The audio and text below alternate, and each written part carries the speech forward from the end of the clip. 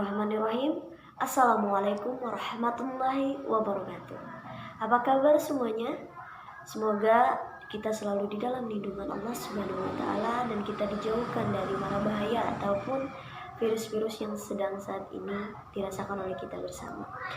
Dan tak lupa pula kita selalu beribadah kepada Allah dan selalu berdoa dan selalu ikhtiar dalam menjalankan sesuatu dan selalu apa yang kita kerjakan menjadi keridhaan Allah Subhanahu wa taala. Amin amin ya rabbal alamin. Baik, sebelum masuk ke pembahasan yang saya ingin bahas, ada baiknya saya memperkenalkan diri saya terlebih dahulu. Baik, perkenalkan, nama saya Siti Nurmaya. Saya dari Prodi Pendidikan Agama Islam, Fakultas Tarbiyah Ilmu Keguruan. Di sini saya akan menjelaskan mengenai pembahasan yang kami bahas di dalam makalah, yang dimana tugas ini ditugaskan oleh dosen kita yaitu Pak Surawan. Baik, masuk ke pembahasan. Sebelum masuk ke pembahasan, ada baiknya saya memaparkan terlebih dahulu apa saja yang ingin saya bahas. Baik, pembahasan yang pertama yang ingin saya bahas adalah pengertian wahyu, yang kedua epistemologi wahyu, yang ketiga wahyu Qur'aniyah dan Quaniyah. Baik, masuk ke pembahasan yang awal yaitu pengertian wahyu. Kata wahyu berasal dari bahasa Arab al-wahyu yang artinya suara, api, dan kecepatan. Wahyu bisa diartikan dengan bisikan, isyarat, tulisan, dan kitab. Nah, baik, membahas tentang pengertian wahyu tadi, yang dimana wahyu itu berbagai bentuk Allah kirimkan kepada Nabi yang dipilih oleh Allah dengan isyarat, dengan suara, api, kecepatan, bisikan, isyarat, atau tulisan dan kitab. Baik, selanjutnya, selain itu, menurut istilah, wahyu adalah sebutan bagi sesuatu yang dituangkan dengan cara cepat dari Allah ke dalam dada nabi-nabi.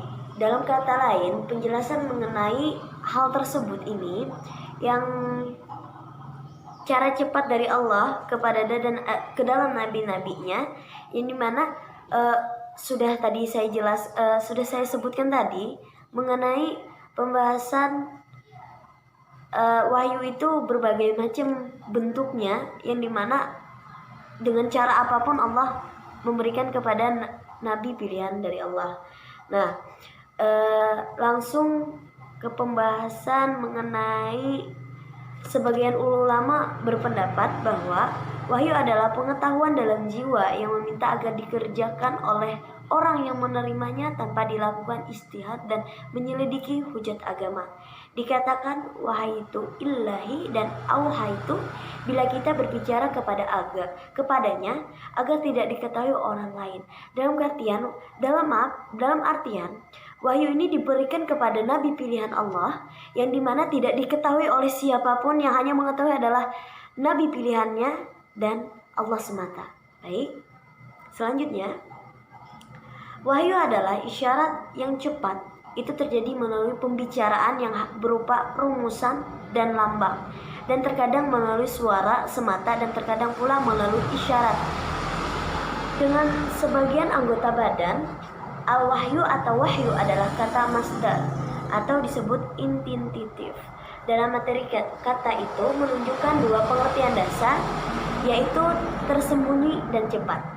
Pengertian wahyu dalam arti bahasa meliputi ilham sebagai bawaan dasar manusia, seperti wahyu terhadap ibu Nabi Musa. Nah, artinya, dan kami ilhamkan kepada ibu Musa, susuilah dia. Quran surah Al-Qasas ayat 7. Nah, selanjutnya, ilham yang berupa naluri pada binatang seperti wahyu kepada lebah. Dan yang artinya, dan Tuhanmu telah mewahyukan kepada lebah, buatlah sarang di bukit-bukit, di pohon-pohon kayu, dan rumah-rumah yang didirikan manusia. Quran surah An-Nahl ayat 68. Selanjutnya, bisikan dan tiup daya syaitan untuk menjadikan yang buruk kelihatan indah dalam diri manusia. Yang artinya, sesungguhnya syaitan-syaitan itu membisikkan kepada kawan-kawannya agar mereka membantah kamu. Quran surah Al-An'am ayat 121. Mengenai apa apa yang disampaikan Allah kepada para malaikatnya berupa suatu perintah untuk dikerjakan, yang artinya, ingatlah ketika Tuhan mewahyukan kepada para malaikat, sesungguhnya aku bersama kamu, maka teguhkanlah pendirian orang-orang yang beriman. Quran Surah An-Anfal ayat 12. Sedangkan wahyu Allah kepada para nabinya secara syarat, mereka didefinisikan sebagai kalam Allah yang diturunkan kepada seorang nabi. Wahyu baik berupa Al-Quran maupun hadis bersumber dari Allah Subhanahu wa Ta'ala yang disampaikan kepada orang-orang pilihannya, atau kata lain nabi atau rasul. Adapun cara Allah menurunkan wahyu kepada Nabi Muhammad adalah sebagai berikut. Yang pertama, malaikat memasukkan wahyu ke dalam hatinya Nabi Muhammad SAW. Yang kedua, malaikat menampakkan dirinya kepada Nabi Muhammad SAW berupa seorang laki-laki. Yang ketiga, malaikat menampakkan dirinya kepada Nabi Muhammad SAW dalam berupa yang asli. Yang keempat, wahyu datang kepada Nabi. Selanjutnya, mengenai tentang wahyu datang kepada Nabi Muhammad SAW seperti gemincingan lonceng, yang artinya contohnya seperti bunyian yang keras dan seperti gemincing lonceng yang mengundang bahwa ini isyaratnya dari Allah loh. Ini dalam artian isyarat dari Allah lah yang dititipkan dari malaikat yang seperti gemincingan lonceng. Baik, selanjutnya, ajaran Islam yang turun kepada Nabi Muhammad SAW merupakan ketetapan yang dinyatakan dalam firman Allah Subhanahu wa Ta'ala dalam surah Al-Maidah ayat 3, yang artinya, pada hari itu telah aku sempurnakan agamamu untukmu, dan telah aku cukupkan nikmatmu bagimu, dan telah aku ridai Islam sebagai agamamu. Baik, masuk ke pembahasan yang kedua, yaitu epistemologi wahyu. Sedikit menjelaskan mengenai epistemologi. Istilah epistemologi berasal dari bahasa Yunani, yaitu episteme yang berarti pengetahuan dan logos yang berarti ilmu. Maka, epistemologi adalah ilmu tentang pengetahuan. Secara umum, bidang ini mengkaji 3 persoalan pokok, yaitu apakah sumber-sumber pengetahuan itu, dari manakah pengetahuan yang benar itu, dan datang bagaimana kita mengetahuinya. Yang kedua, apakah sifat dari pengetahuan itu? Apakah ada dunia yang benar-benar di luar pikiran kita? Kalau ada, apakah kita dapat mengetahuinya? Yang ketiga, apakah ukurannya bahwa pengetahuan itu disebut benar atau disebut valid? Atau bagaimanakah kita dapat membedakan yang benar dari yang salah? Baik, bertolak dari 3 persoalan pokok epistemologi di atas, maka akan dijelaskan epistemologi wahyu. Apakah sumber dari wahyu? Dari mana asalnya? Lalu bagaimana sifat wahyu? Apakah wahyu itu absolut? Jika benar, kenapa benar? Baik wahyu Qur'aniyah maupun wahyu Qur'aniyah akan dijelaskan pada bagiannya. Keduanya sama-sama berasal dari Allah Subhanahu wa Ta'ala, disampaikan tentu tidak secara langsung kepada manusia, namun melalui perantara rasulnya, sebagaimana Al-Quran disampaikan untuk manusia di seluruh dunia melalui Nabi Muhammad SAW. Itu pun tidak secara langsung disampaikan kepada Nabi, karena Nabi melalui perantara malaikat yang telah disuruh oleh Allah untuk menyampaikan wahyu dari Allah. Namun melalui perantara malaikat Jibril, begitu. Al-Quran menjelaskan dalam surah Asy-Syura ayat 51 tentang bagaimana Allah menurunkan wahyunya, yang artinya, dan tidak mungkin bagi seorang manusia pun bahwa Allah berkata-kata dengan dia kecuali dengan perantara wahyu, atau di belakang takbir, atau dengan mengutus seorang utus, atau disebut dengan malaikat, lalu diwahyukan kepadanya dengan seizinnya apa yang dia kehendaki. Sesungguhnya dia maha tinggi lagi maha bijaksana. Baik, dijelaskan dalam ayat di atas 3 metode penurunan wahyu. Kadangkala Allah menurunkan wahyu dengan membisikkan, secara langsung ke dalam hati Nabi dan tidak ada keraguan dalam hati Nabi bahwa itu benar dari Allah berdasarkan hadis sahih Ibnu Hibban bahwa Rasulullah SAW berkata, sesungguhnya Ruh Kudus atau disebut dengan Jibril menghembuskan ke dalam hatiku bahwa tidak ada jiwa yang mati sampai sempurnalah rezekinya dan telah tiba ajalnya, maka bertakwalah kepada Allah dan tetaplah mencari rezeki di jalan yang benar. Yang kedua, Allah menurunkan wahyunya dari balik tirai sebagaimana yang terjadi pada Nabi Musa alaihi salam. Nabi Musa memohon untuk melihat Allah setelah berbicara kepadanya, tetapi Allah tidak mengizinkan. Dalam kitab hadis sahih diriwayatkan bahwa Rasulullah SAW berkata kepada Jibril bin Abdullah, Allah tidak berkata-kata kepada siapapun kecuali dari balik takbir. Begitulah yang ditegaskan dalam hadis bahwa tidak ada yang berbicara secara langsung kepada Allah kecuali terhalang oleh takbir. Ketiga, Allah menurunkan wahyu dengan cara mengutus utusan atau disebut dengan Jibril kepada Rasulnya, kemudian Jibril menyampaikan kepada Nabi. Dalam menyampaikan wahyu, terkadang malaikat Jibril menampakkan wujud aslinya, menyerupai sosok kemanusiaan, disampaikan langsung ke dalam hati Nabi tanpa menampakkan diri atau melalui mimpi yang benar, dan atau malaikat datang dalam bentuk gemerincing lonceng.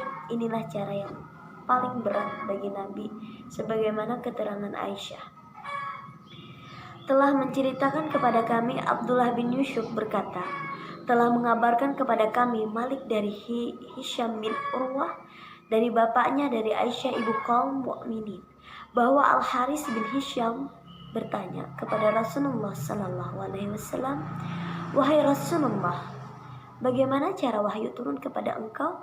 Maka Rasulullah SAW menjawab, terkadang datang kepadaku seperti suara gemerincing lonceng, dan cara ini yang paling berat buatku. Lalu terhenti sehingga aku dapat mengerti apa yang disampaikan, dan terkadang datang malaikat menyerupai seorang laki-laki lalu berbicara kepadaku, maka aku ikuti apa yang diucapkannya.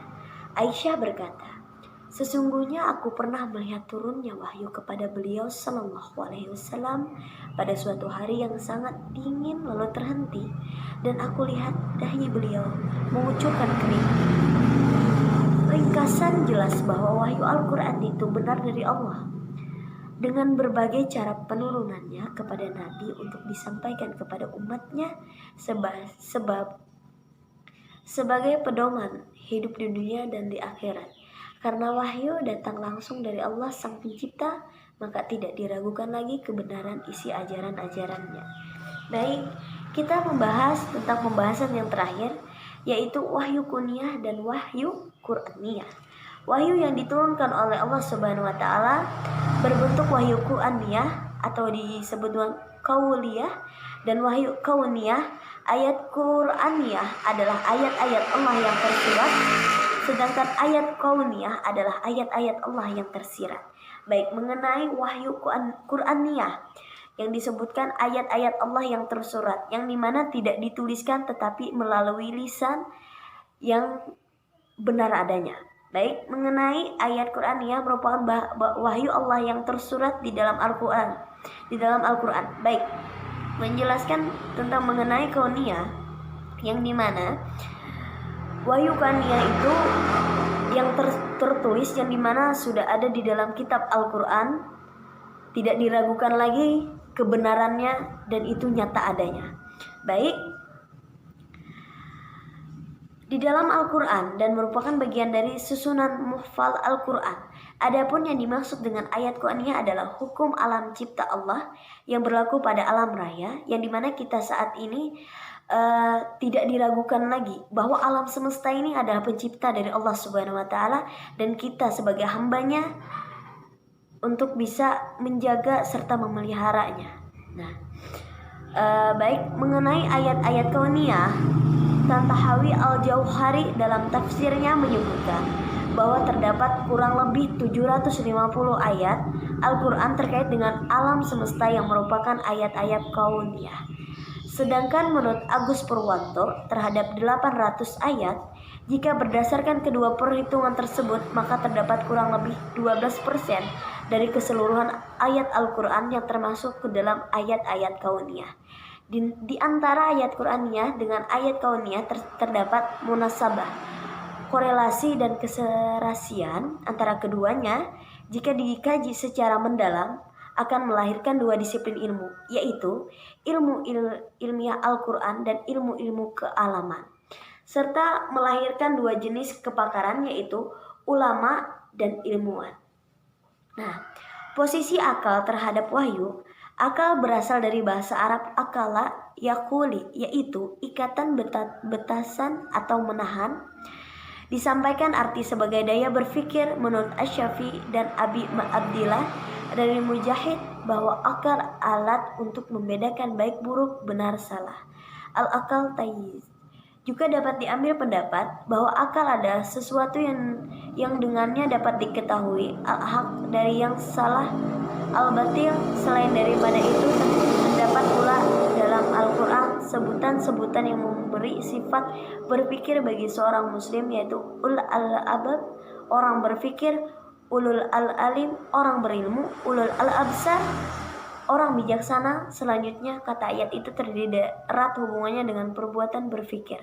Dalam kata lain, akal mempunyai pemikiran yang dimana akal itu tidak terlebih dulu untuk disuruh, akan tetapi dia berakal dan dia mempunyai pemikiran bahwa tanpa disuruh dia mengerjakan hal yang baik demikian. Nah, baik, arti asli dari ayat adalah tanda seperti tersebut dalam surah As-Sahad ayat 29 yang berbunyi sebagai berikut, yang artinya, ini adalah sebuah kitab yang kami turunkan kepadamu penuh dengan berkah supaya mereka memperhatikan ayat-ayatnya dan supaya mendapatkan pelajaran orang-orang yang mempunyai pikiran.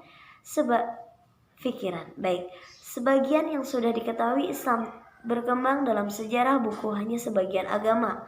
Tetapi jika sebagian kebudayaan Islam betul lahir pada mulanya hanya sebagian agama di Mekah, tetapi kemudian tumbuh di Madinah menjadi negara, selanjutnya berkembang pesat ke segala penjuru dunia, yang dimana kita rasakan sekarang, yang dimana Islam adalah mayoritas yang paling besar di seluruh dunia, terutama di Indonesia.